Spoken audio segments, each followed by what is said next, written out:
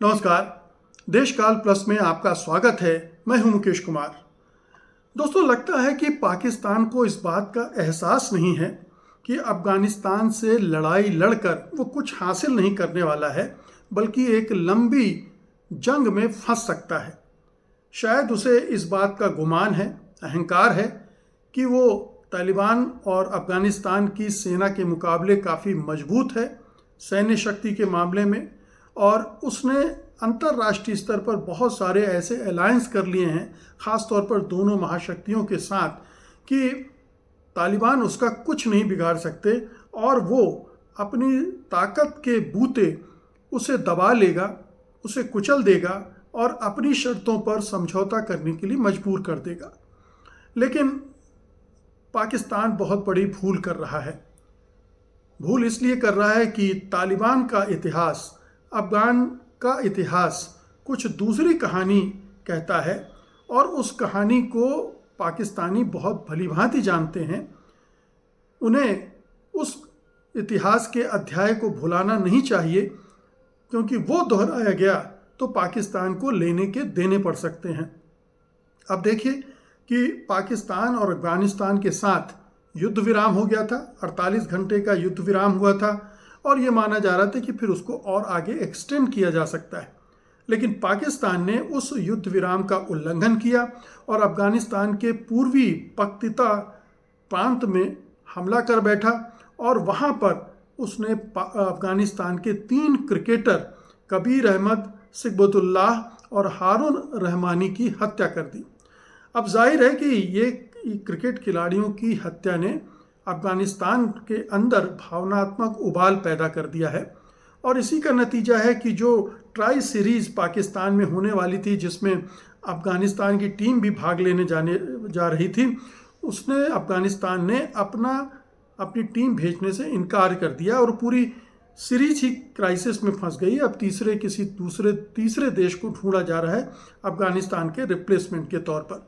लेकिन ये तो बहुत मामूली चीज़ें हैं, खेल संबंध ऐसी सूरत में तो चल भी नहीं सकते हैं। लेकिन 3 क्रिकेटर की मौत हो जाना, और वो भी सीज फायर का उल्लंघन करते हुए पाकिस्तान ने ड्रोन और फाइटर जेट्स का इस्तेमाल किया, ये जो हुआ है, ये तालिबान को भड़काने के लिए एक बहुत बड़ी कार्रवाई मानी जा सकती है। अब देखिए कि अफगानिस्तान और पाकिस्तान के बीच के रिश्ते तो लंबे अरसे से, ख़ासतौर से तालिबान जब 2021 में काबुल पर काबिज हुए थे, उसके बाद से चले आ रहे हैं, ख़राब हो रहे हैं। और उनकी मूल वजह ये है कि पाकिस्तान चाहता है कि अफ़गानिस्तान को वो कंट्रोल करे। उसने उस समय यही सोचा था कि अब तो अफ़गानिस्तान में एक इस्लामी हुकूमत आ गई है, और वो चूँकि तालिबान की उसने मदद की थी पूरे लड़ाई के दौरान। हालांकि तालिबान के ख़िलाफ़ जो जंग अमेरिका ने छेड़ी थी, उसमें वो अमेरिका के साथ था, लेकिन अंदर खाने तालिबान की भी मदद कर रहा था, दबे छुपे ढंग से। तो तालिबान का समर्थन उसे मिलेगा, ये वो मानकर चल रहा था, और अफ़गानिस्तान की जो फॉरेन पॉलिसी है उसको भी वो अपने हिसाब से नियंत्रित कर सकेगा।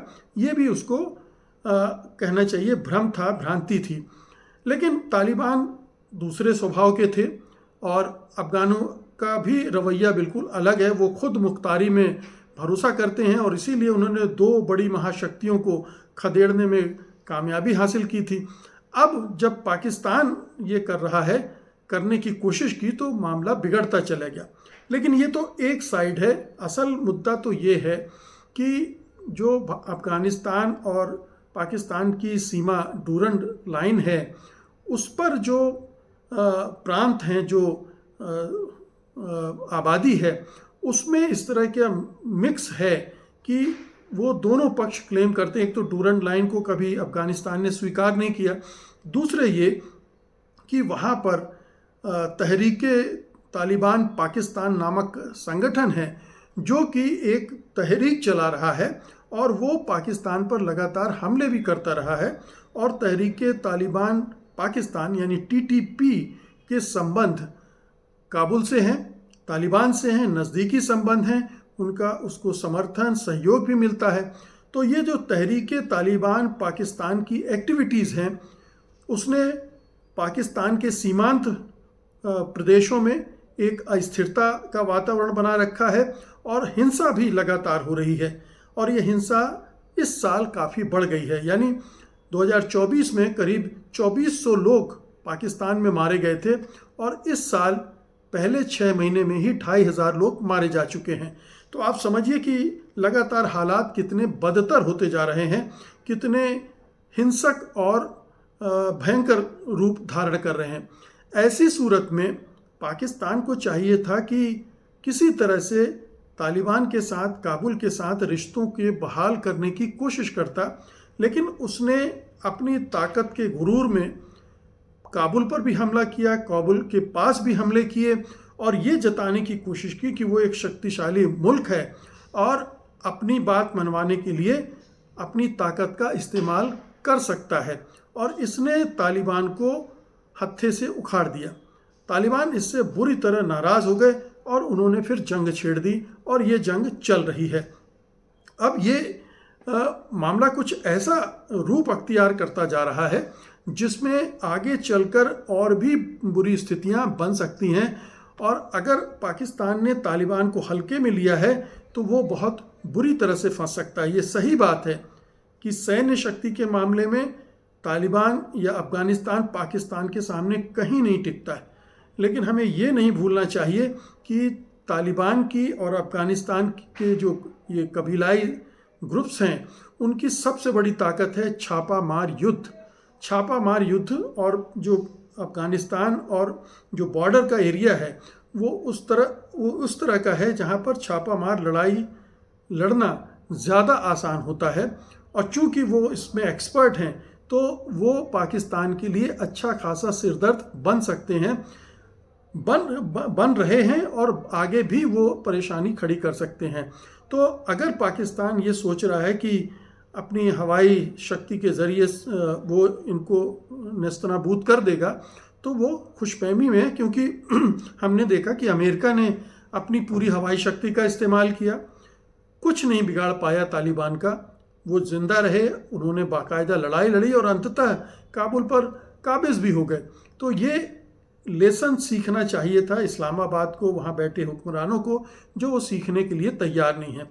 दूसरी बात ये है कि अफ़गानिस्तान के जो सुप्रीम लीडर हैं हिब्बुल्लाह अखुंदज़ादा, वो उनको जो तालिबान के अमीर उल मोमिनीन कहा जाता है, अगर वो कोई फतवा जारी कर देते हैं पाकिस्तान के खिलाफ तो पाकिस्तान में और भी मुश्किल हो जाएगी, क्योंकि पाकिस्तान में ऐसे बहुत सारे ग्रुप्स हैं, बहुत सारे जो जिहादी संगठन हैं, इस्लामिक संगठन हैं, जो सुप्रीम लीडर की बात मानते हैं और वो उनके साथ उनकी बातें मानकर कोई अस्थिरता, अशांति, उपद्रव, ये सब पाकिस्तान के अंदर पैदा कर सकते हैं और ये कभी भी हो सकता है। हालांकि अभी तक उन्होंने फतवा जारी नहीं किया है, लेकिन अगर वो फतवा, अब जैसे चीज़ें बिगड़ रही हैं और अगर ज़्यादा बिगड़ती हैं तो अखुंदज़ादा ये कर सकते हैं, एक फतवा जारी हो गया फिर तो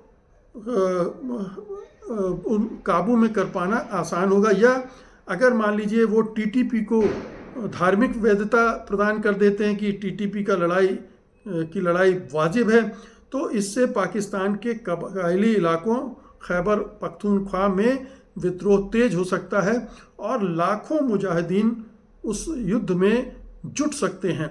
और पाकिस्तान के जो आंतरिक उलेमा हैं वे इसके साथ खड़े हो सकते हैं और इससे तनाव और बढ़ सकता है। सोशल मीडिया पर चेतावनी दी गई कि बूम बूम हमलों को दैनिक बना देगा। ये टीटीपी का इस तरह की चेतावनी उसके तरफ से आई है। तो ये जो टीटीपी आतंकवादी संगठन है ये पाकिस्तान के लिए बहुत तकलीफ़ पैदा कर रहा है, करेगा। अच्छी बात यह है कि दोहा में बातचीत शुरू हो गई है।